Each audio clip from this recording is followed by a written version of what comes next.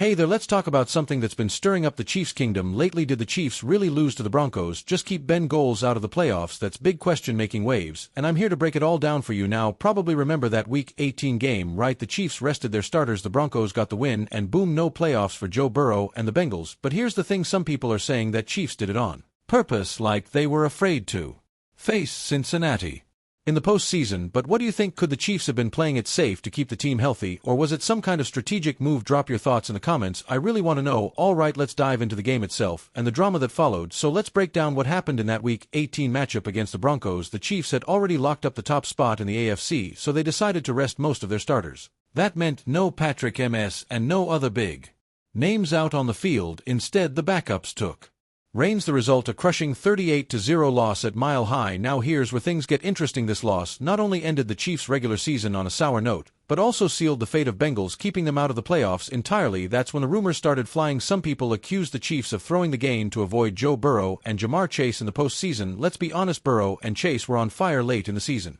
and they've been a real thorn in Kansas City's side.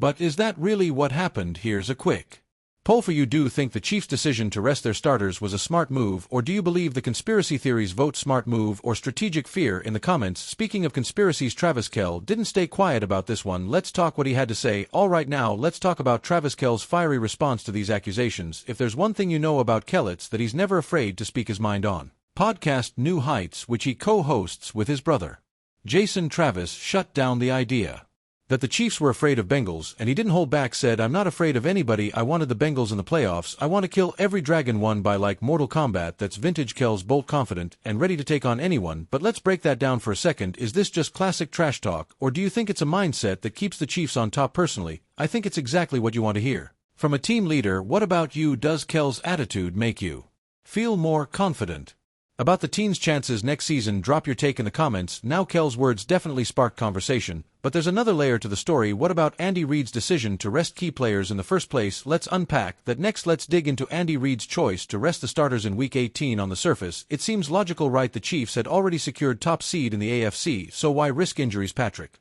MS, for example, had been dealing with some ankle soreness late in the season, keeping him and other key players healthy for the playoffs was a no-brainer. But here's where it gets tricky. Some fans and analysts argued that this move handed the Broncos an easy win and gave fuel to the theory that Kansas City was avoiding a showdown with Cincinnati. Burrow and Chase have been red hot, and there's no denying that Bengals have been one of the toughest challenges for the Chiefs in recent years. What do you think? Was this a smart play by Reid, or should the Chiefs have gone full force to silence the critics? Share your thoughts below now. Whether it was strategy or coincidence, this game added another chapter to the growing rivalry between the Chiefs and Bals. Let's look ahead to what's next for these two teams. The Chiefs and Bals rivalry has quickly become one of the most exciting matchups in the NFL. Just 2 seasons we've seen them split critical games, the Bengals taking AFC Championship in 2021 and the Chiefs earning revenge in 2022. Each game has been a nail-biter, and you can feel the tension building with every meeting. Looking ahead, it's clear these two teams are on a collision course. Burrow versus Ms. Chase versus the Chiefs secondary. It's what football dreams are made of. So here's the big question: who do you think will win the next chapter in this rivalry? Let's hear it in the comments. If you enjoyed this breakdown, don't forget to hit that like button, subscribe, and share with your fellow Chiefs fans too. That one away, someone's a rare. David still following Tyreek Hill in his "I'm out" declaration after the Dolphins' season-ending loss to the Jets on Sunday. This past Tuesday, Dolphins GM Chris Greer said he had a productive conversation with Hill and Tyreek did not ask for a trade. Thursday on the Pet May show, Hill's agent Drew Rosen said Tyreek is committed to the team. What you see with Tyreek is very genuine. He wants to win. It's not good enough for him not to make the playoffs. I think at the end of the day he's committed to this Dolan football team. I believe that Tyreek is a great asset to the Dolphins, and I think he's least guy that people should be worried about for this organization. They have many more worries. Tyreek Hill is not one of them. Baltimore Ravens receiver Zay Flowers will miss this weekend's playoff game against Pittsburgh after injuring his knee, and the regular season finale. Coach John Harbaugh saying earlier this week Flowers' injury was not expected to be season-ending. Now the Ravens need to advance for him to return, and NFL is moving Monday's Vikings-Rams wild card playoff game from SoFi Stadium to Glendale, Arizona, saying the decision was made in the quote interest of public safety as wildfires continue to ravage Southern California. The league had said earlier this week Arizona would be the contingency plan, the game if needed to be moved Thursday. As the fires continued raging, the decision was made now. As the league was making that decision, another fire broke out in an area several miles from the Rams training complex in the Woodland Hills neighborhood as the team was practicing, leading the team to cancel Thursday's scheduled player media availability. Here's Rams head coach Sean McVay. Obviously, our thoughts and prayers are with everybody that's been affected by these fires. It's one of those deals that almost doesn't feel real, but it certainly is real to the people that are affected, and praying that as many people are okay. And just see the amount of people that are affected in, it's one of those deals that it gives perspective, and so hopefully get this stuff under control, and it's been a unique week, fortunately. For us, there's been some people that have been affected in regards to power outages, recommended evacuation. A couple of our staff members did have their homes affected, but fortunately to my my AG2 say the wide receiver is committed to the Dolphins despite post-game comments. Tyreek reportedly met with Dolphins general manager Chris Greer and head coach Mike McDaniel earlier at this week, and Rosenhaus believes his client remains faithful to the club. I think at the end of day he's committed to this Dolphins football team. He had an excellent meeting with Chris Greer and Mike McDaniel. I believe that Tyreek is a great asset to the Dolphins, and I think he's the least guy that the people should be worried about this for this organization. They have many more worries. Tyreek Hill is not one of them, right? All I know, look, he mentioned this about the broken wrist, and all I know is this: they asked Tyreek to go into game. If we are to believe what Mike McDaniel said, he asked Tyreek to go in the game fourth quarter. They said Tyreek, he was unavailable. It was brought to Mike McDaniel. It's not a new injury now. He said he had a broke wrist, blah blah. Okay, fine. But at the thing, if you started the game with that, you can't leave him high and DRVE. There was a sound, wasn't there, that W asked Ree, are you okay? And what did TYQ say? Yeah, it ain't a good look. Oh, there's no difference. And I said this before, there's no different than what AB did in that very stadium. There's no different than what Campbell did for the 49ers. And then, to make matters worse, this man put a change. His profile, put his face on and we're supposed to say like, oh, there's nothing wrong, come on Ojo. No, listen, there's something wrong, listen, where there's smoke there's fire, always, no matter what Drew Rosenhaus says, no matter. And listen, Cheetah said what he wanted to say. There were frustrations what led to that not going back into the game. We would never know the true answer, we'll never know the true answer. Listen, I can sit back, I sit here and call him B. Like, hey bro, what happened really? Why didn't you go back into the game? What was wrong? Were you tired of getting cardio? Were you tired of the fact that they weren't able to get you the ball?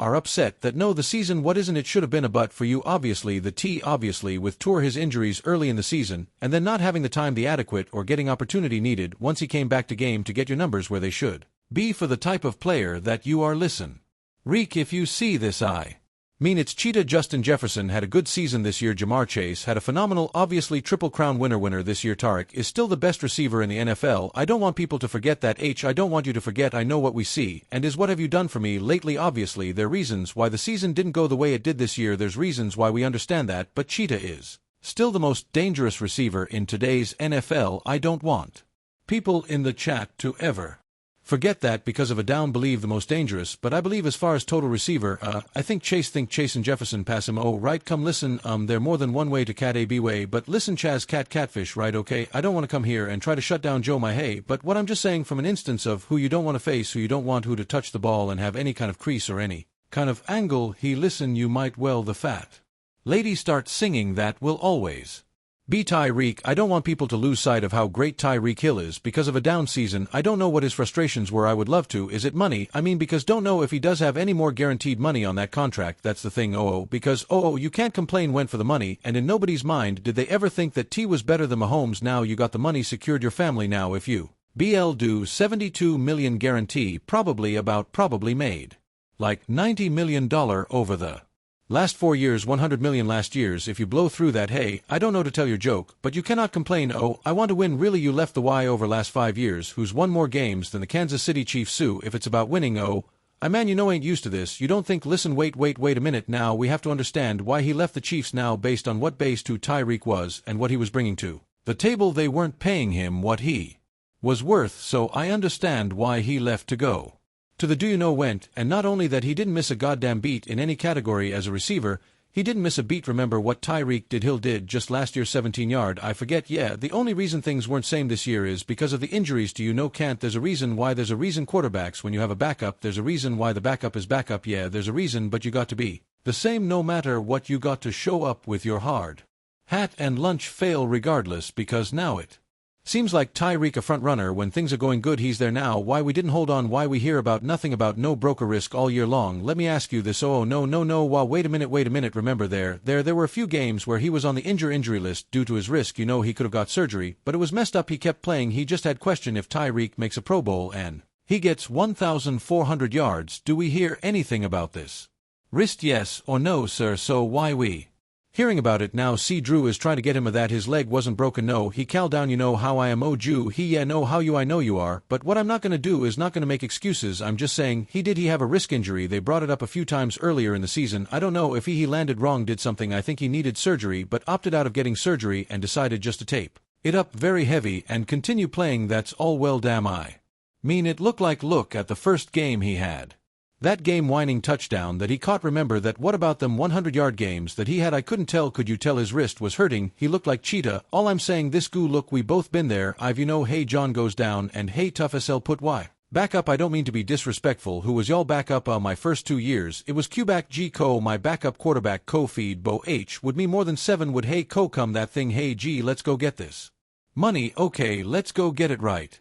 And then we had Tommy Max and Sean Moore, then we had Hiller Tommy Mad from Bubby, yeah no H Miller was in New England, Bubby was our backup in 98 Bubby, yeah for real that's dope man, but yeah it's look I understand it is tough playing with a backup, it absolutely is, and 2000 I mean we had who that Tony Banks was our starter, Trent was our backup, oh shoot Tony Banks from the Ravens, yeah. He originally with the San Francisco with to the Rams he's with the Rams out of Michigan State. Second-round draft pick with the Ravens had good season, they gave him some money, 200, he was our starter Trent, they signed Trent as a free agent to be a backup, Trent came in there, hey the thing was like, hey you get open I'm GNA give you the rock, well that's all I needed to hear, hell was open a lot of times I didn't get the rock you tell get open, but it's tough but at the end of day you got to be professional. No matter what the circumstances are, and think about when you catch for 100 yards like Tyreek had last year, there are a lot of mo's out there getting cardio, and when they feeding ball to and a whole lot of balls go around, when you let somebody catch that many balls for that yards, and you got W, so you know the third and fourth you out of gas Sojo when got those 2 yeah, and they going for 200 catches and 3,500 yards 3 yard, how many ball you think gonna get, but obvious you got to remember, now you know wherever the money at that's come on then you know we paying you a Healy salary obviously so. The ball is going to be funneled the money to the high man point, and so what's the expectation of you the high man, you show up to work and be professional all the time, more you make the more guys you to show up, yeah that's all, but not only that, but listen, and you got to remember, what do you expect from the high man, what does the high expect from you, well I expect even if my quarterback goes down and I have the backup I still expect you to fund that ball in front of that offense, I tread to tell you the one to man, hey Hunley.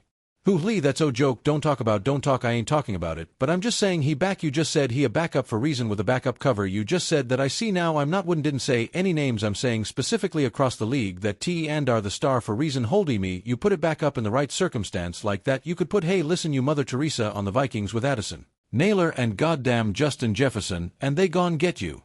Still got Hackinson, oh they you going. Get it done now that certain circumstances you know circumstan matter absolutely, but I just look I'm not saying that there wasn't anything wrong with Tarek, but I just believe you must maintain a certain level of professional, even when things are going you can't opt out bro you got there are a lot of times we getting our eyes beat out, and I'm like man why we in here man can't come back, ain't number 2021 touchdown with 6 minutes to go right hey, but ain't no faking no. Injury ain't get a no. My hand my elbow shoulder ain't none of that.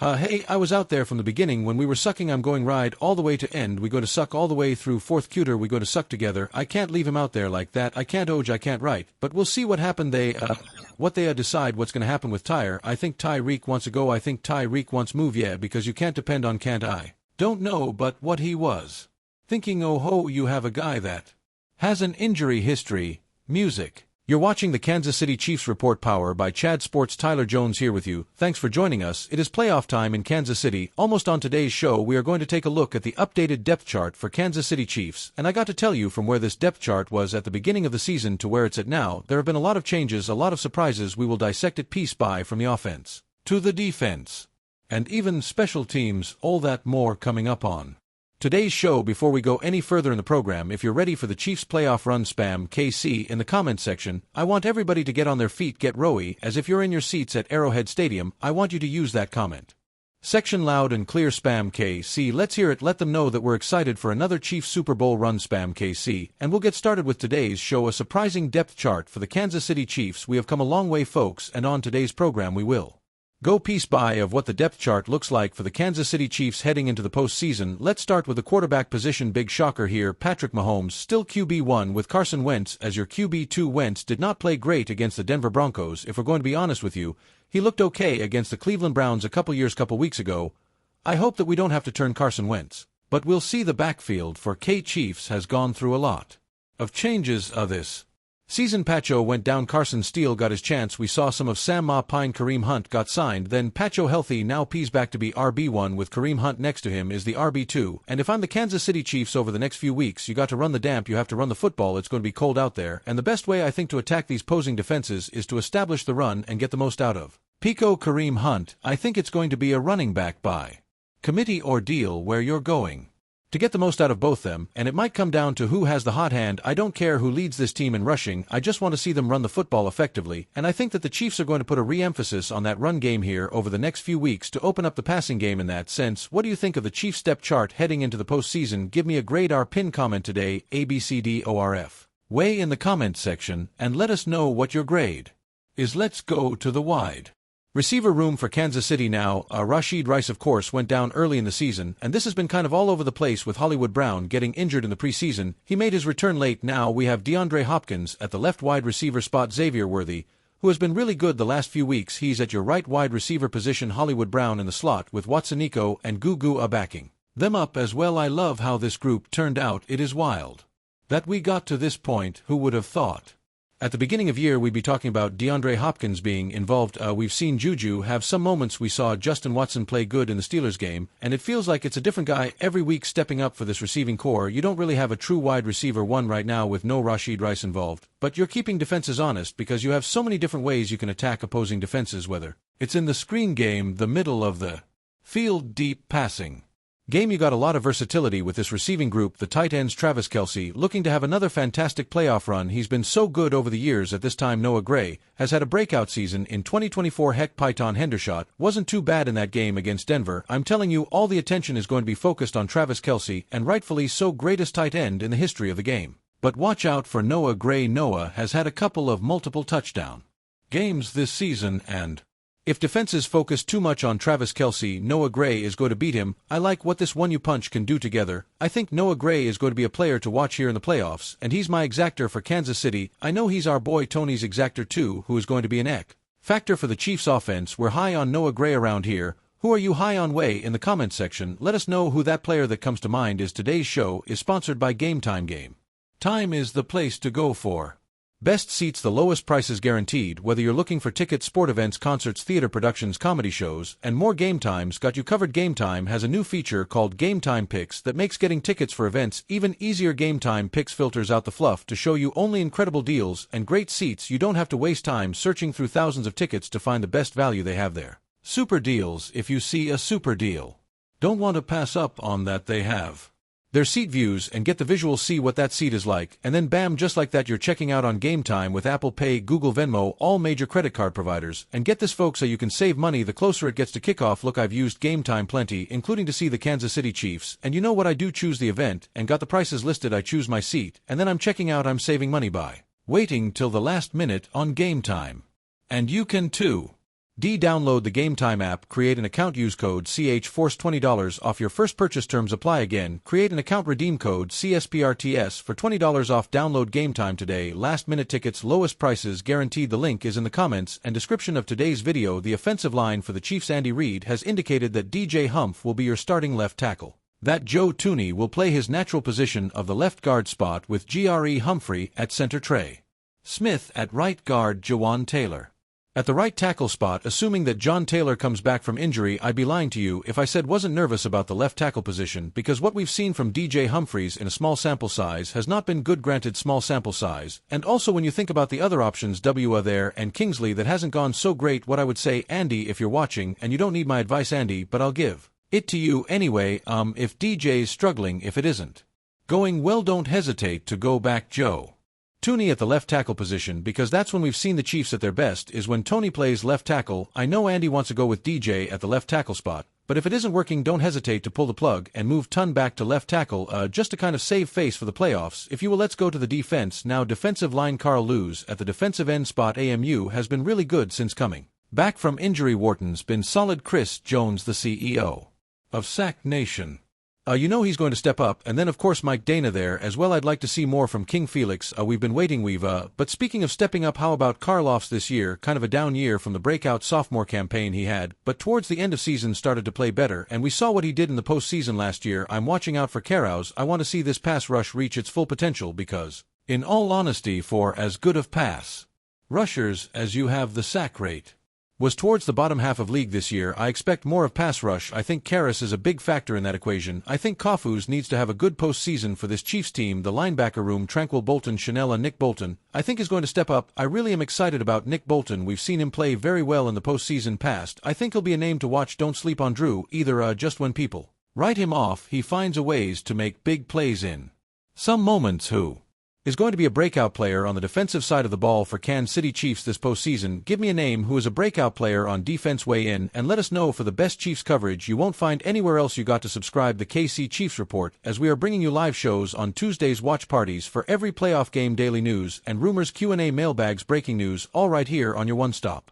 shop for all things Kansas City Chiefs. No one, and I mean nobody, is covering your Kansas City Chiefs like we are here on the channel. Subscribe, never miss a moment. If there's anything that happens, any urgent breaking news, I don't care if I'm away with my family or if I'm asleep and somebody has to call me and wake up, we're going to bring you a video here on the channel one way or the other. Subscribe now for free to up-the-minute Chiefs coverage throughout the playoffs right here on the KC Chiefs Report. Subscribe now. YouTube.com Chiefs TV. The corners for Kansas City Chiefs. Trent McDuffie snubbed from the Pro Bowl. A highway robbery. Joshua Williams at the left corner spot. Shamari Connor at the nickelback spot. One of the million-dollar questions for the Chiefs entering the playoffs here. Can we count on the corner room? I know can count on D. McDuffie. Connor's been pretty solid. That left corner spot, I'm pretty nervous about that left corner spot. It has not been good since Jalen Watt went down. Can they come through, be good enough in this postseason? I don't know. Hope we'll see the safeties. Brian Cook, Justin Reed. How about Jaden Hicks? That dude, he's been a dog the last few weeks. I like what I've seen from Jaden Hicks. I think you're going to see a lot of 3 high safety looks and see Hicks continue to find ways, get involved. Watch out for him. And then the special teams unit. America's kicker Harrison Bucker, fully healthy, ready to go. The punt god Matt Arisa. Man, I would love for him to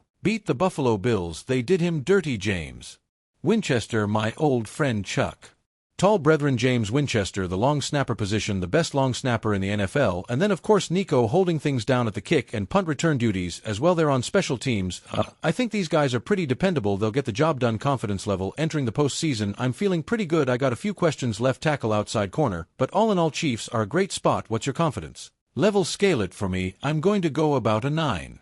Give me your confidence level 1 through 10. Let us know for continuing Chiefs coverage. Follow me on a formerly known as Twitter, Tyler Jones Live, and we'll see you next time.